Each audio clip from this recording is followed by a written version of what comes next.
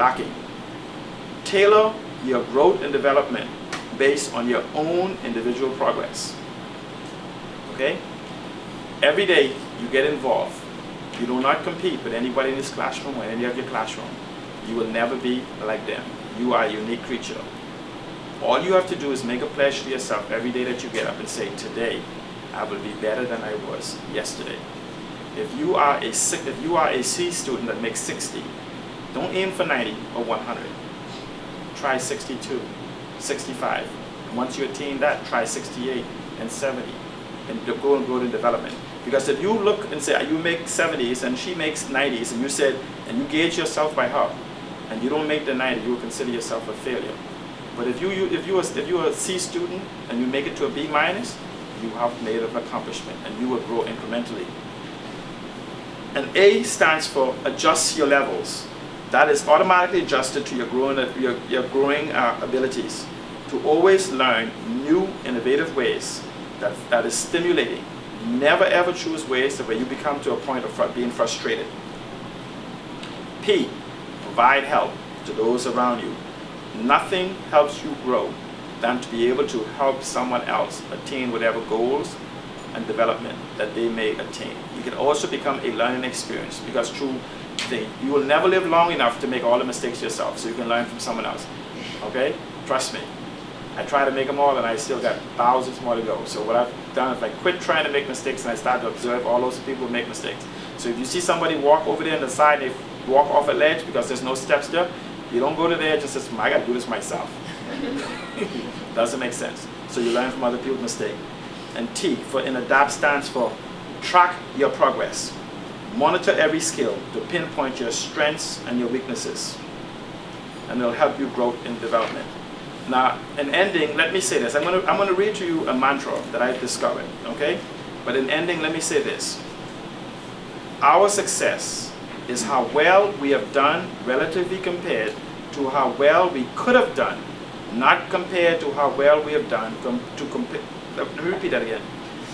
Success is how well we have done relatively compared to how well we could have done, not compared to how well we have done compared to how bad somebody else has done. Got that? Let's repeat it again. Success is how well we could have done, relatively compared. Wait, let's read. Success is how well we have done, relatively compared to how well we could have done, not compared to how well we have done compared to how bad somebody else has done. Okay? Now I want you to listen to very carefully this, and I'm going to end in this. This is an awesome mantra that I came across a few years ago. It's called A Personal Commitment to Excellence by John Compere, C-O-M-P-E-R-E. And I'd like to share this with you, the Bahamian public. It's kind of like a modified version that we use it's a group of people that we call Bahamas Leadership Academy and Bahamas Leadership Institute that I am in the process of developing. It goes like this. We are the sum total of the genetic endowment from which we came into the world, and all of the experiences which have made up our life. Some of them have been good, some bad, but all of them have been ours. And we can repeat that. Let me try to put it in the eyes. I am the sum total of the genetic endowment for which I came into the world, and all of the experiences which have made up my life. Some of them have been good, some bad, but all of them have been mine. What I am currently is what I deserve to be. My life, my reputation, my influence is the mirror of the choices I have made. If I am not everything I can be, it's because I've chosen not to be more. I should make a determined effort not to live in the past, which I cannot change, or to waste time waiting for the future, which I cannot guarantee, but to live in the emerging reality of the now, which is all that I have. I certainly cannot do everything, but I can do some things. I certainly cannot do everything well, but I can do some things well. I cannot guarantee that I will win, but I can promise that I will not allow losing to become a habit, and that if I fail, it will not be a failure of nerve. So I will stand tall, feel deeply, think large, strive mightily, and put God first in all that I do. Remember that what I accomplish probably won't change the course of human history, but what I attempt will create the course of my own personal history. Thank you.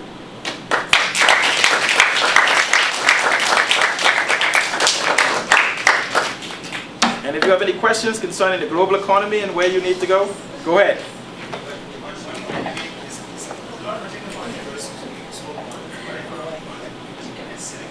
Just speak up a little louder for me, please. So a few points that you point out that was interesting, but as far as particular points that I saw that was important. When you talk about our leaders, like most of our leaders right now, you say most of them, they come from businesses we asked, they may have been good managers. Good managers, but when they come into the world, they end up failing. And I think this is as a result of the fact is when they come, remember now, they are elected leaders, they're elected to represent me and you.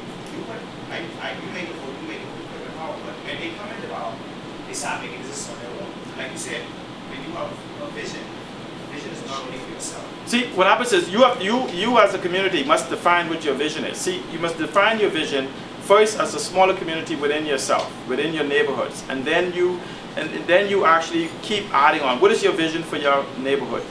What is your vision for your community? What is your vision for your island? What is your vision for the country? What is your vision for the world?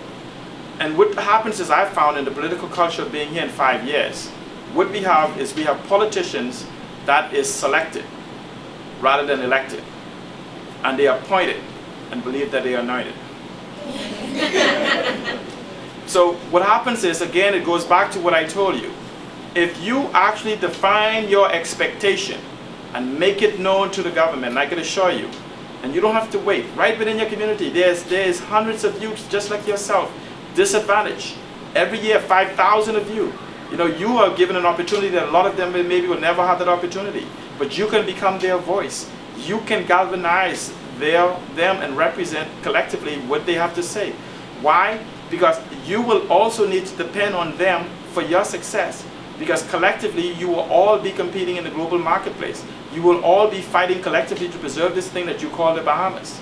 And so you cannot ignore the fact that, well, I'm in college, so I'm straight, I'm cool, I won't worry about them. If you don't stand for them, how would you expect when they come, when the foreigners come, for them to stand with you? And those are the things. If you believe that you possess the intellectual capacity, that you are more advanced than them, then I challenge you to stand up and represent it in more than just thoughts. Represent it in your deeds. And so when you set that standard, if you set a standard that says, this is what they expect, no longer will they come and make promises to you. They will no longer come and say, this is my plan. They will come and ask you for a change. What is yours?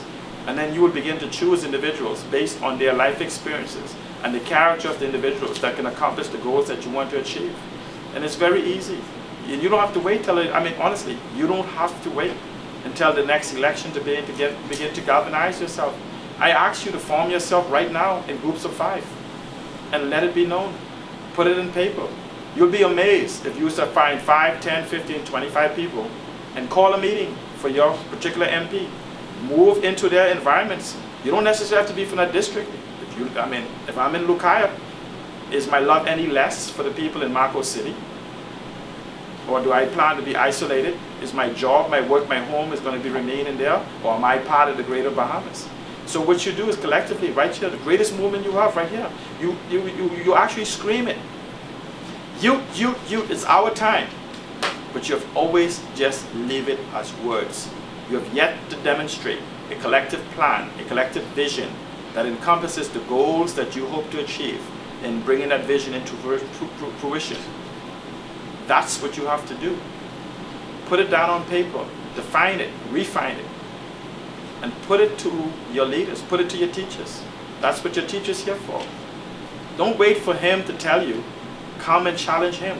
In fact, every single day, you should not leave the classroom. And I tell my children, when they come home, I always ask them, what did you ask the teacher today? Not what the teacher tell you. What did you ask? Because it actually lets me know. Because I could guarantee you that none of you leave this classroom knowing everything that you need. And you actually leave here. Because you don't want to be the one to raise your hand, not knowing that the person on the side of you is just as dumb as you. They're waiting for you to ask. So both of you guys leave over here completely lost. Stevie Wonder asking Ray Charles. What did he say?